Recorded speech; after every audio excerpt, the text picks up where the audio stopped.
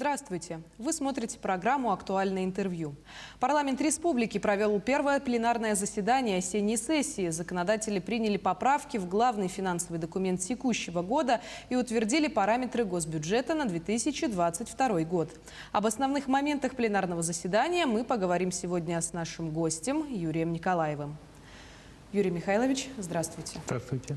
Начнем с основного. Сколько всего вопросов удалось рассмотреть в прошедшее пленарное заседание? Это наше первое пленарное заседание осенней сессии, да, поэтому накопилось довольно-таки много вопросов. Но, как всегда, как правило, у нас на осенней сессии первым вопросом это бюджет, корректировка бюджета текущего года и принятие в первом чтении параметров следующего года. Тут я еще бы хотел добавить, да, для нашего нового спикера это было первое полноценное пленарное заседание, которое, я считаю, проведено очень удачно, очень много вопросов рассмотрено, очень серьезных вопросов, было хорошее обсуждение и принято хорошее решение. Поэтому я хотел Алексея Ильича нашего поздравить вот такой первой, по крайней мере, первый блин не комом, это однозначно. Внесена была, насколько нам известно, корректировка в госбюджет республики следующего года. Как изменился в таком случае главный финансовый документ нашего региона?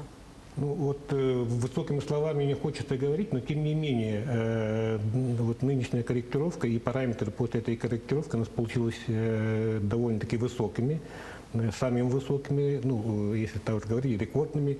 У нас доходы определились 280 миллиардов рублей, очень большая сумма, да, и расходы 286 миллиардов рублей. У нас еще таких расходов, таких доходов не было.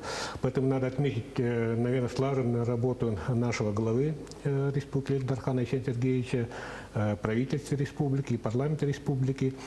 Тоже на корректировку внесли 20 с лишним миллиардов рублей дополнительных доходов. И тут надо заметить, из них 18 миллиардов рублей – это наши собственные республиканские доходы, в том числе дивиденды нашей компании, которая вся наша, да, это компания «Алроса», которая в этом году достигла хороших экономических результатов, ожидаемых, да, и дивиденды и республики, и нашим районам, которые представляют алмазную провинцию, достались хорошие дивиденды. И 20 миллиардов рублей мы как раз в корректировке рассматривали. Скажите, а мы можем говорить о том, на что пойдут эти средства, или это пока остается в секрете? Да. Во-первых, сумма довольно-таки большая, поэтому нам удалось решить многие серьезные вопросы, которые у нас были. Во-первых, мы добавили практически 4,5 миллиарда рублей на государственный стандарт нашего общего образования. То есть мы решили практически всю заявку Министерства образования по обеспечению образованием, дошкольным образованием нашего населения. Второе, конечно, это здравоохранение. Чисто на здравоохранение ушло 2,5 миллиарда рублей. Сейчас мы подтвердили. Плюс надо говорить о том, что мы повысили уровень резервного фонда нашей республики.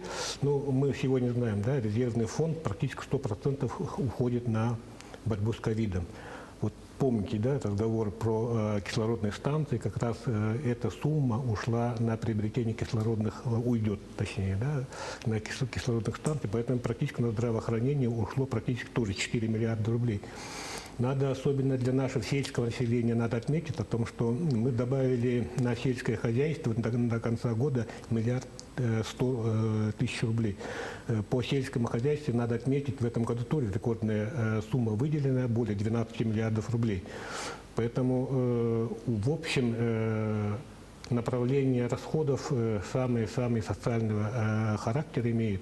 И мы, кстати, так называемые расходы на коммунальные наши предприятия, субсидии, да, тоже добавлена практически сумма более 3 миллиардов рублей. Конечно, остались там еще проблемы, но эта сумма практически прикрывает заявку наших коммунальных предприятий. Поэтому корректировка, я считаю, очень положительная. Очень знаменательный, я бы сказал, да, потому что такой суммы мы, честно говоря, по прогнозам не ожидали, но вся работа наших предприятий республики дала такой эффект, и мы смогли многие вопросы решить.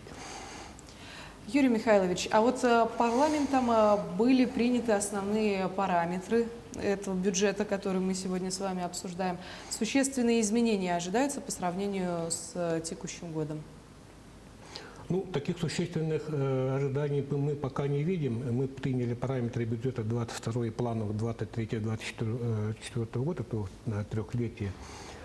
Параметры примерно совпадают с параметрами, которые мы принимали в первом чтении 2021 года. Но тут надо говорить о том, что в основном по налоговым доходам в основном ждет повышение. То есть больше мы налогов получим. Это говорит о том, что развитие наших предприятий, которые расположены в Республике Саха-Якутия, все-таки восстановилась как на уровень пандемийного уровня, да, и экономика начинает развиваться. Вот по золоту у нас очень хорошие показатели и 2021 года, и в перспективе 2022 и 2023-2024 годов, ну, очень хорошее развитие, да, не десятки процентов, даже, ну, где-то в кратном размере практически там, да. Мы не то что догнали советский период по золоту, по добыче золота мы уже перегнали. И еще перспектива очень большая. По углю у нас очень хорошие показатели. И очень отрадно то, что нас касается нашей компании «Алроса». Ну, конечно, добыча алмазов, она не может расти как золото кратно, да. По крайней мере, она восстановилась, и сегодня, вот я уже говорил, мы получили рекордные дивиденды как акционеры от компании «Алроса», ну и в дальнейшем ожидаем таких же положительных тенденций. Поэтому в целом по доходной части у нас таких падений, ну и, наверное, очень резкого роста нет, но вот уверенность сегодня есть, что 2022 год будет лучше, чем 2021 год. То есть мы, если в этом году доходы достигли 280 миллиардов рублей, мы ожидаем примерно то же самое. Пусть население не боится, там, да, сегодня могут прокомментировать эти параметры, что они намного ниже, чем достигнутые в 2021 году, но это всегда так оно и есть, потому что в первом чтении мы еще не видим, не знаем, там 30% дотаций на выравнивание бюджетной обеспеченности, которые еще нашими новыми депутатами Государственной Думы еще не распределены, и мы ко второму чтению, то есть это конец ноября месяца, мы получим еще дополнительные доходы федерального бюджета, который будет предназначен для Республики Саха. Поэтому вот тогда можно говорить о том, что хуже или, ну, как можно сравнить. Сегодня пока сравнивать не надо, потому что говорят, вот на сельское хозяйство всего 7 миллиардов при 2012-2021 году, на 5 миллиардов меньше. Что такое? Почему на социальное направление не хватает? Это просто временное, ну, в такой порядок сегодня принятия бюджета, в том числе федеральный бюджет.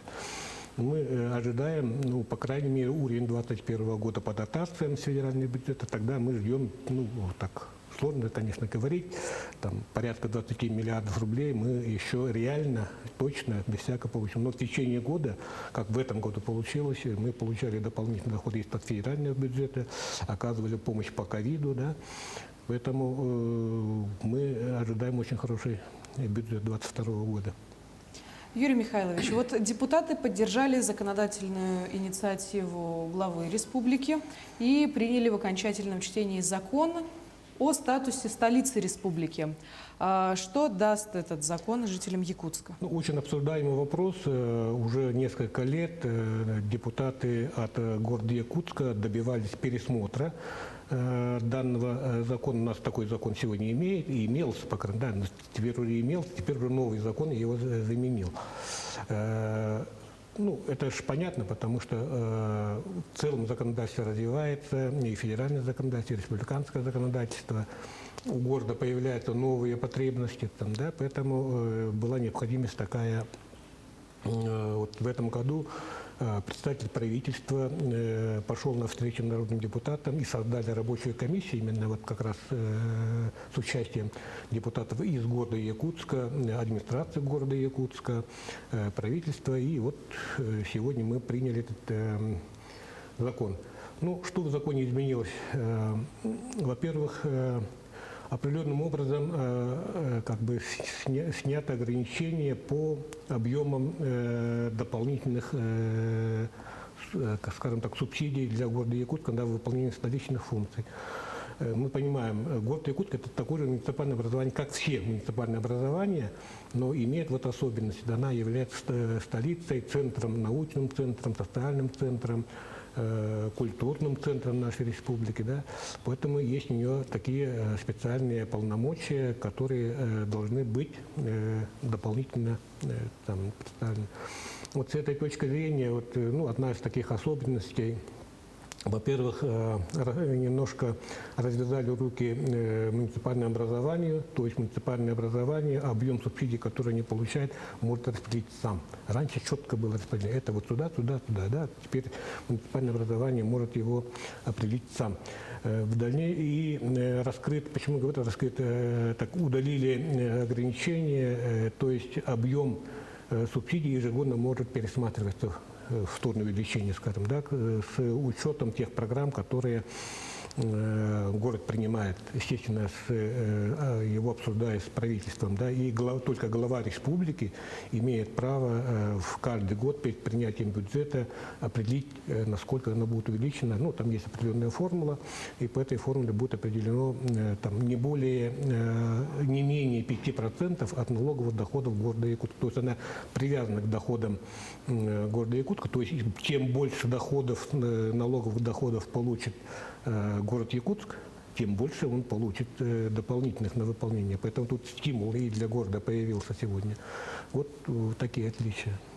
И, кстати, в этом году, уже вот в 2022 году, уже заложили плюсом 150 миллионов рублей. Юрий Михайлович, вот еще один важный вопрос. В первом чтении приняли проект закона, который позволяет детям-сиротам получать сертификаты для покупки жилья, потому что раньше сироты могли только получать квартиры, причем могли приватизировать еще жилье спустя определенный промежуток времени. Все это делалось для того, чтобы оградить сироту от необдуманных действий с недвижимостью. И какие плюсы и минусы вот у новой инициативы? Ну, в целом, если говорить по обеспечению жильем детей-сирот, конечно, это проблема для нас, ну, в целом для республики серьезная проблема, потому что, к сожалению, софинансирование со стороны федерального бюджета у нас мизерное. Да? Если мы вот в этом году, в 2021 году, 1,5 миллиарда из своего бюджета потратили, да, а мы получили от федерального бюджета практически меньше 200 миллионов рублей. Этот вопрос ставится всеми регионами, потому что мы считаем, сиротство – это проблема не регионов, ну, как бы не 100% регионов, это в целом проблема политики в целом страны. Поэтому мы считаем, по крайней мере, должно быть 50 на 50, там, такой вопрос ставится, ну, я надеюсь, через некоторое время решится. Почему появились сертификаты? У нас есть сироты, которые уже исполнилось им 23 года и больше, уже, скажем так, люди адаптированные, взрослые люди, да, которые имеют семью, детей имеют, там, да, вот поэтому, чтобы их не ограничивать, дается определенная сумма, определенным порядком дается сумма, которая как бы подтверждается сертификатом, на которой они могут вкладывать свои деньги. Ну, вместо там двухкомнатной квартиры купить трехкомнатную квартиру, или вместо там квартиры в многоэтажных домах купить коттедж. Да. Вот с этой точки зрения она касается только вот сиротам, которым уже исполнилось 23 года. Конечно, там есть определенный порядок, там порядок адаптации к нашей жизни, там, отсутствие судимости и так далее, и так далее. Но это дополнительная как бы помощь к решению вопросов обеспечения жильем детей-сирот. Это дополнительно. Все, что было, остается в пределах той суммы, которую мы можем вот сертификаты выдавать этим людям, уже взрослым людям.